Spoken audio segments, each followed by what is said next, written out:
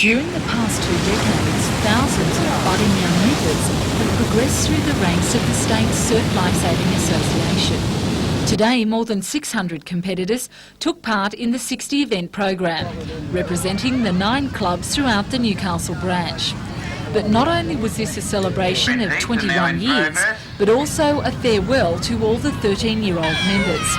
Next season, more than 80 will move on to join the senior division. There's been a few changes at competition level during the past 21 years. The number of events at the championships have increased. Girls and boys are now battling it out in mixed competition, and just last season, the senior and junior ranks combined forces under the association's banner. According to organisers, today's competition provides a tough training ground for the surf lifesavers of tomorrow.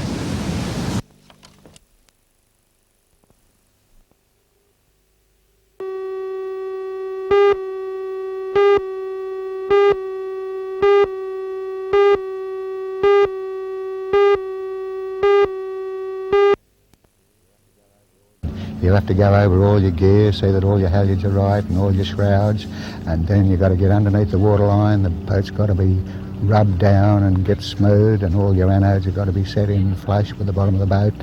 That's the kind of preparation that yachting veteran Albie Bergen must undertake before setting off on what he describes as his biggest challenge, a 6-week gruelling race from Melbourne to Osaka in Japan.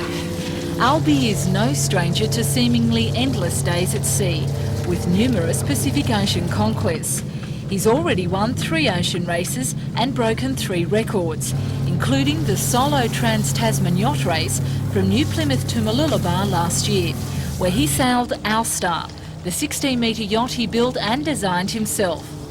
During the next 2 weeks, Alstar will be scrubbed down, and new equipment such as radar, electronic weather forecasters and solar panels will be fitted. Then the 2-man crew will set off on the 5,500 nautical mile course. It's a race in time and speed that the 71-year-old yachting champ wants to win, and he rates his chances with the best of them. They'll be having a go, but of course there's 100 other boats in it and they'll all be having a go, so it won't be easy. And it's a long race, and all we do is prepare for the worst and hope for the best.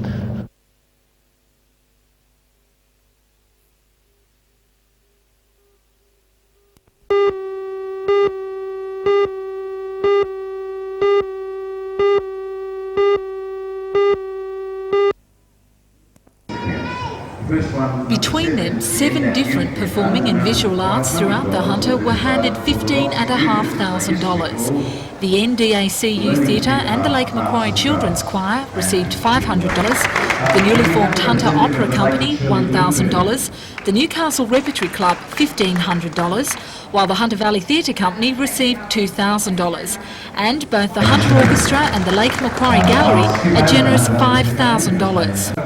The money will be used by each beneficiary to promote performances throughout this year. Marketing manager of Charlestown Shopping Square, Malcolm Barnes, says the region's arts are poorly supported by the commercial industry and hopes they set an example for other businesses. There hasn't been a tradition of sponsorship of the arts by commercial and business organisations in Newcastle. There are some notable exceptions like Shuey's and Howard Smith, but largely the business community in Newcastle is content to perhaps sponsor sport and other community activities, and they do that very well, but I think there is room and space and a need for sponsorship for the arts, and that's why we're doing this. We hope that it will encourage other commercial and business organisations to do exactly the same, and much better than we can.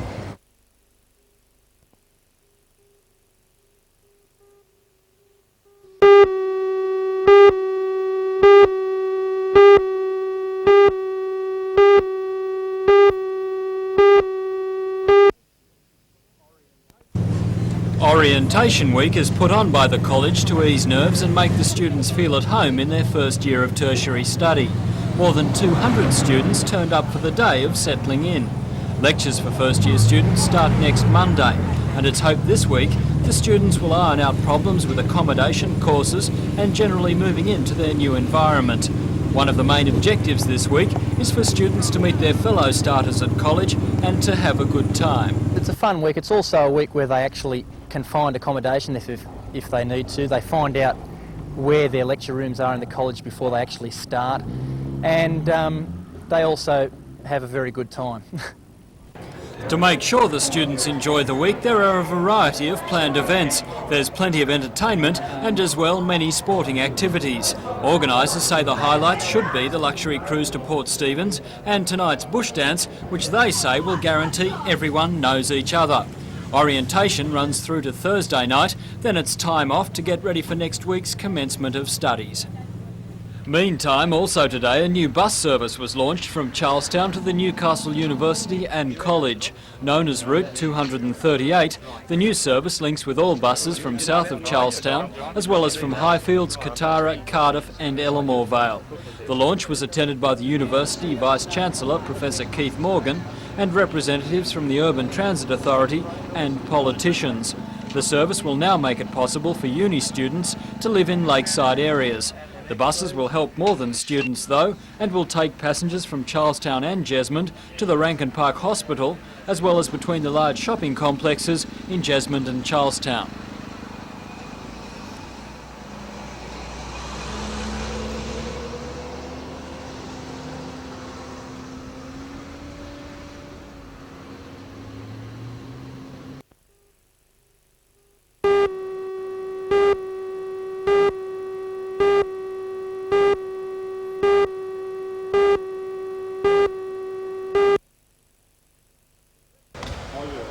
The dreaded shrink is the disease that affects many Australian clubs whose imports seem to board the plane much taller than they finally prove to be.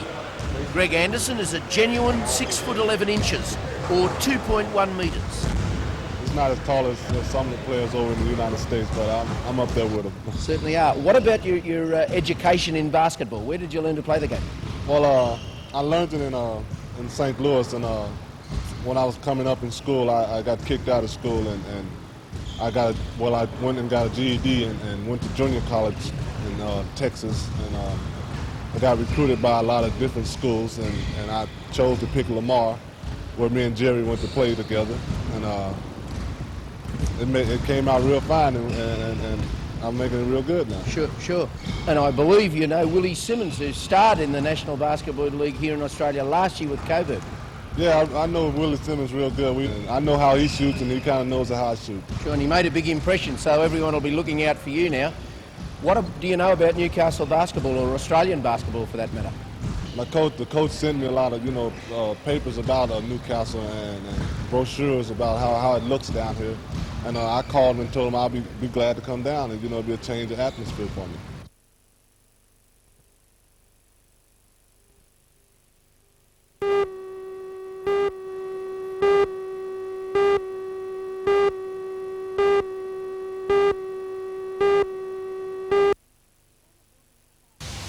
Former building society branches throughout New South Wales, including Newcastle, opened for trading today as branches of the National Mutual Royal Bank. The merger was first mooted in June last year, but was held up by protracted negotiations and opposition from rival banks. A meeting of shareholders finally voted in favour of the merger. According to Newcastle branch manager Julie Taylor, former building society clients will not lose out by the merger. In fact, they're being offered a number of incentives to stay clients of the bank. 0.5% reduction for their loans, their home loans, and also the maintaining of the lower of the bank or the building society rate for their home loans for the next 25 years. In addition to that, we're also offering investment bonuses for those people who had accounts with us as at the 30th of May. Traditionally, building societies are seen to offer good rates to investors and offer home loans on a lower deposit than banks, although at higher rates of interest. By becoming a bank, the former building society believes it can still be competitive with other building societies. We have still going to 90% loan to valuation ratio, and the home loans are still are as available as they were when we were a building society.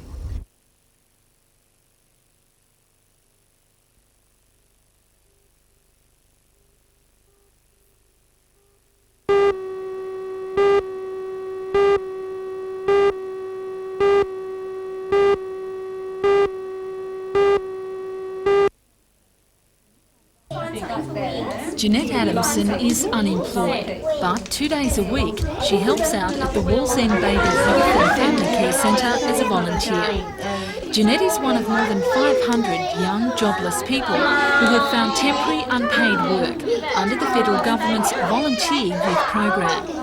The scheme is designed to provide first-hand experience, which many prospective employees say is now essential.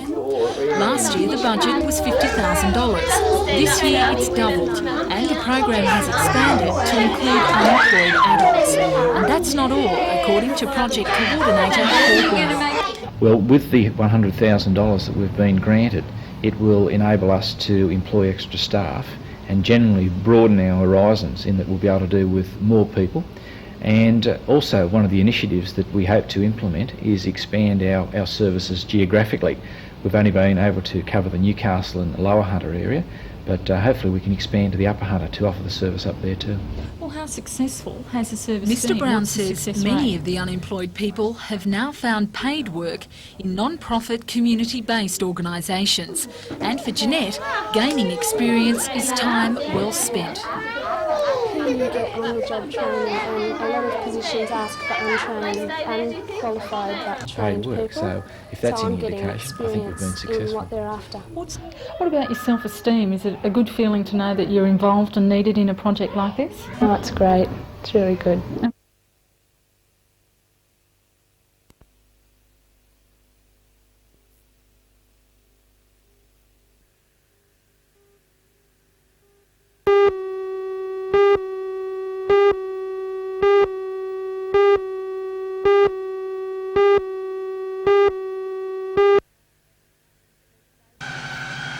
Police say the driver of the Valiant sedan was travelling west along Charlestown Road at about 3:30 yesterday afternoon. He lost control of his vehicle and slid across the road into the path of the oncoming van. In the van were a man in his 20s and his 5-year-old son, whom he'd just picked up from kindergarten. They were pinned by their legs under the van's dashboard for more than an hour. First the father was released, and soon after his son. Both are now in a satisfactory condition in the Royal Newcastle Hospital. The driver of the Valiant and his female passenger, both in their early 20s, were treated at the Royal for minor injuries.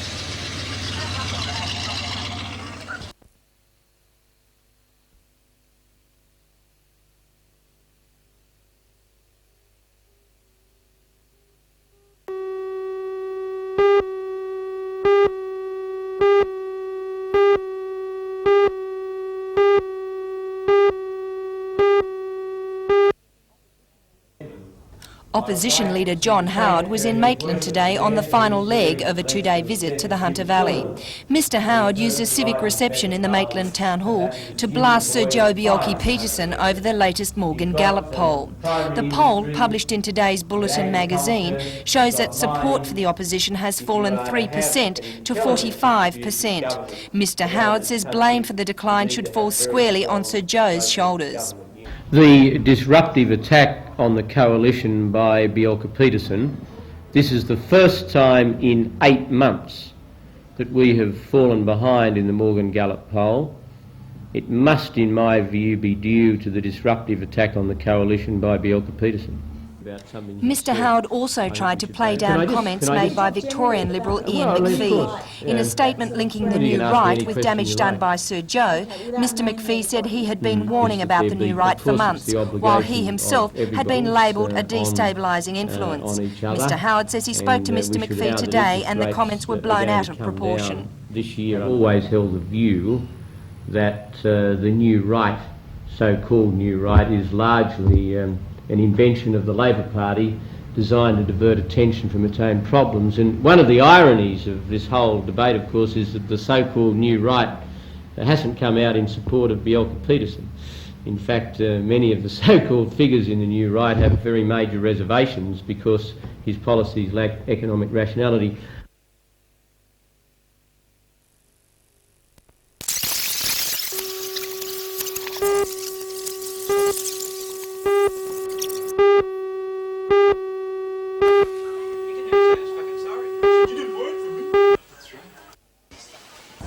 The first telethon marathon, held in 1985, was hailed as a big success. It was a major fundraiser for the telethon and also achieved another important objective, that of spreading a message in the community. Then the message was cancer. This year, the telethon message is increasing awareness amongst the young in the community about the dangers of drugs. The 1987 marathon is based on its predecessor. 140 runners will cover 4 different routes from all parts of the Hunter Valley, winding up in Newcastle on Sunday afternoon.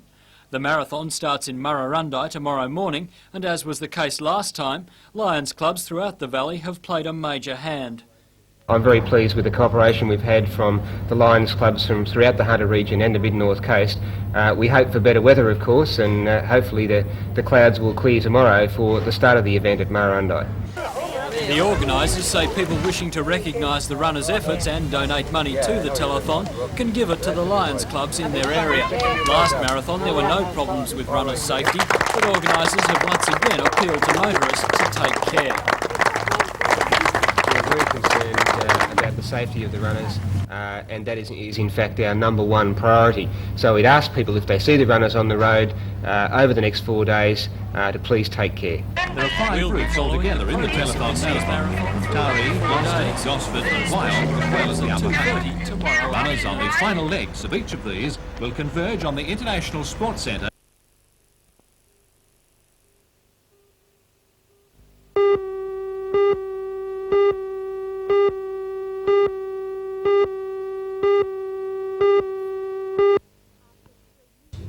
After 3 years, most inventors have taken their unique ideas and made them a reality. And there was a packed meeting room last night to appreciate the new products. There was a product to keep garden baits and pesticides away from animals and children. There was a new type of mousetrap. This inventor had developed a very simple, inexpensive device to tote his cans of drink on his golf buggy or baby pram, thus leaving his hands free. The most advanced product in terms of development is the Snowbee knee ski. It's used in the snow in much the same way as a toboggan. It has a moulded hull and is designed to be manoeuvred and stopped on the snow. For inventor Ray Cashmere, it represents many years of design and redesign. Then there was the task of gaining legal patents, researching and marketing the product. Before his first sale, Mr. Cashmere had to finance the product at a cost of well over $150,000. You go in a straight line.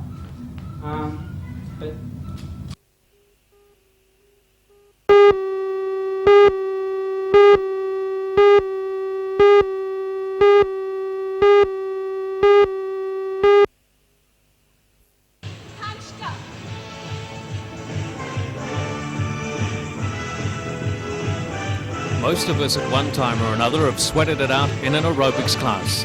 The exercise to music is still a key part of many people's exercise program, but for so long it's been considered just that, exercise and not a sport. The running of a local competition lifts aerobics into a new area. But this is not the only change the sport has seen in recent years. These days, fitness instructors must be accredited by the Department of Sport and Recreation.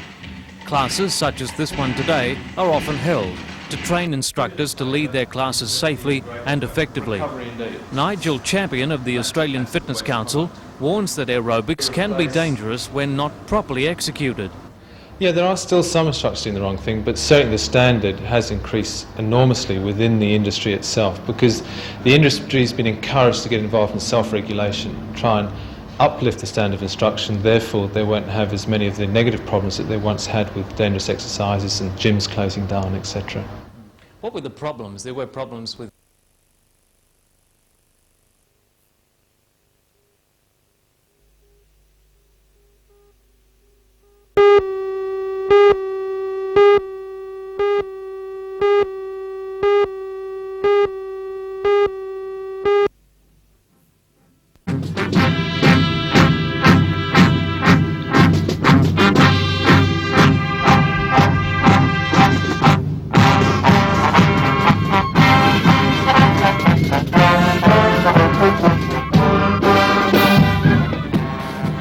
the 150 band members, practice makes perfect.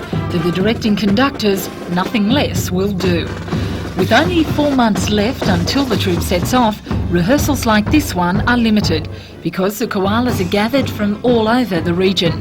The 3-day practice camp at Myuna Bay will brush up on marching drills and introduce new members into the ranks of the koalas. For the team of managers and conductors accompanying the band, the countdown has already begun and even more hard work lies ahead. How much work has gone into and will go into the preparation of this tour? From the point of view of the children, hours and hours and hours. It's just unbelievable the amount of time they will have to spend, but then they're giving up other things. They're also involved with fundraising too. So it's not just the music, they've got to raise the money.